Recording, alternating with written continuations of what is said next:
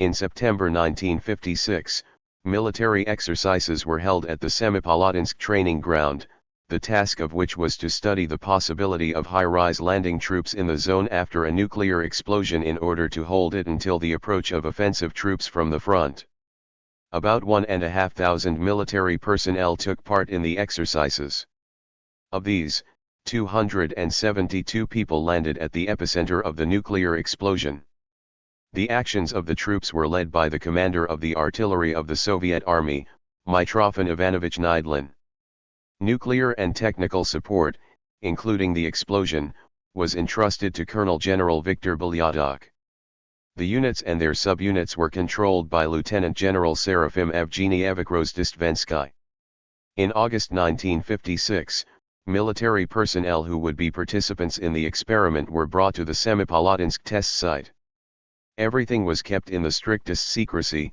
The servicemen did not know where they had been taken or what they would have to go through.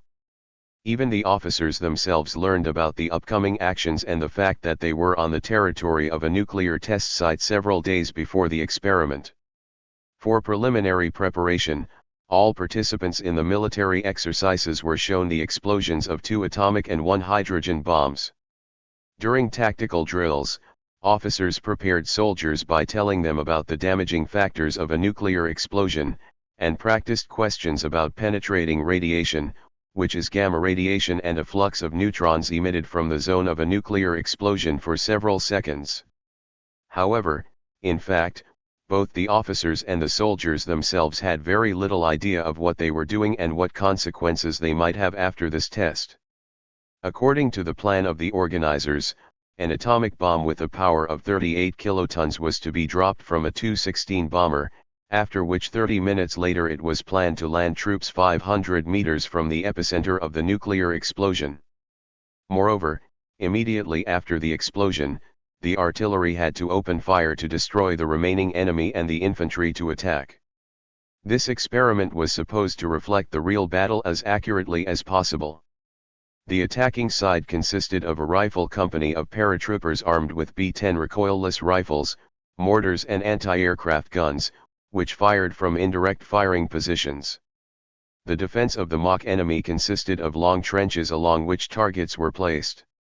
It was planned to use 27 Mi-4 combat helicopters to deliver troops to the epicenter of the explosion.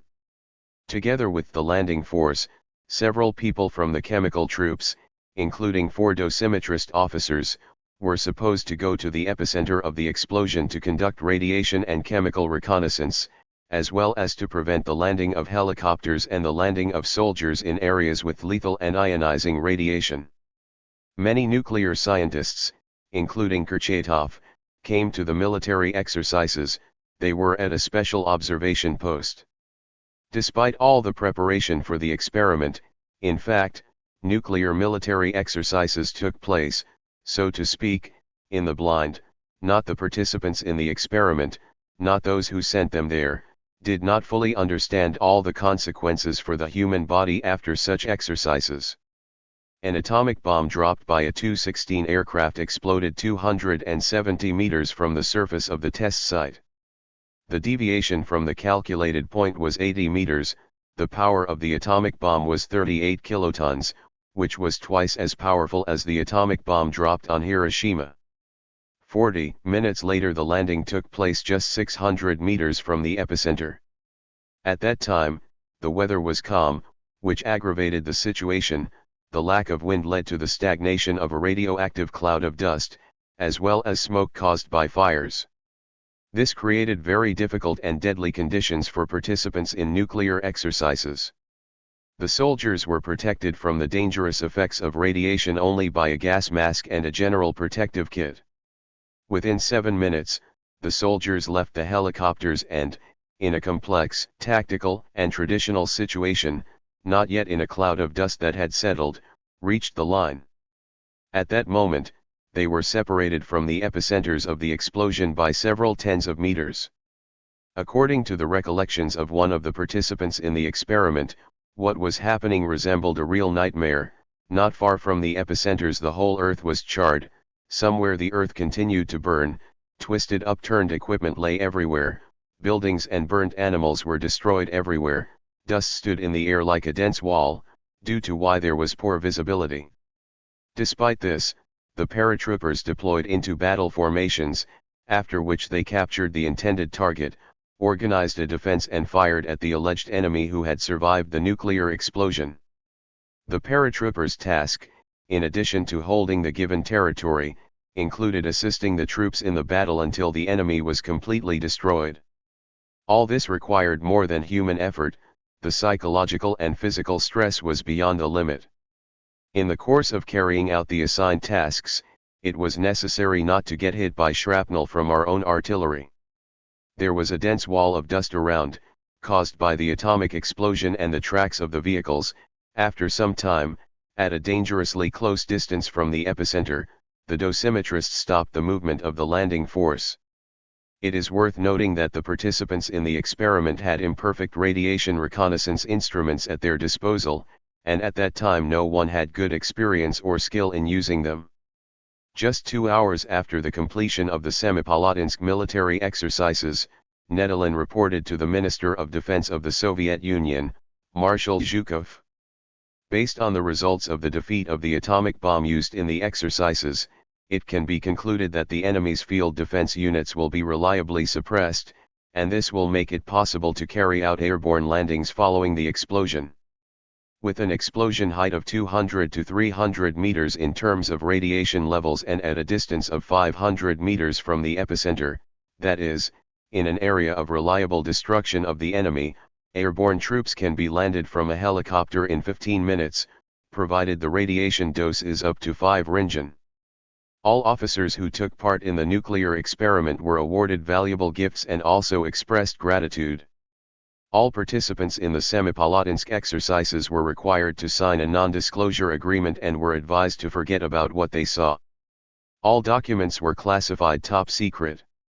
Many of them were subsequently destroyed. All the results and consequences of atomic exercises are carefully hidden. Very few memories of participants in the events of those years have survived. According to the recollections of the commanders of the 2nd Artillery Division, 165th Regiment Peter Pospelov, none of them even suspected the mortal danger and the monstrous scale of this experiment. After these exercises, Pospelov began to have heart problems, several operations were performed on his stomach, and the radioactive cloud left its mark on his body forever. A teacher at the Military Academy of the General Staff, Major General Semyonov, recalled that in their military unit the Chief of Staff was Major Orlov, who talked about his participation in the Semipalatinsk experiment and how they were landed on an Mi-4 helicopter to the epicenter of a nuclear explosion. According to Semyonov's recollections, Orlov had health problems, he looked very sick and had no hair on his head. According to the memoirs of retired Colonel Samoilenko, his friend took part in that experiment, who died of illness at a young age after the exercises. Retired Lieutenant General Kalinin said that at that time there was not enough knowledge about the damaging factors of a nuclear explosion, as well as the consequences of such experiments. Everything was carried out top secret, so many participants remained silent until the end of their days. Kalinin added that his friends, Major Ruzin and Colonel Lebedev, took part in the Semipalatinsk exercises. They all died at a young age. It is worth noting that, by a fateful coincidence, all the leaders of the Semipalatinsk exercises of the week, Bolyatkin and Rozdestvensky, did not live to be 60 years old. Nedelin died on October 24, 1960, at the 41st launch pad of Baikonur, when an R-16 rocket exploded during testing. He was 57 years old. Viktor Bolyatka died on November 26, 1965 in a car accident at the age of 59.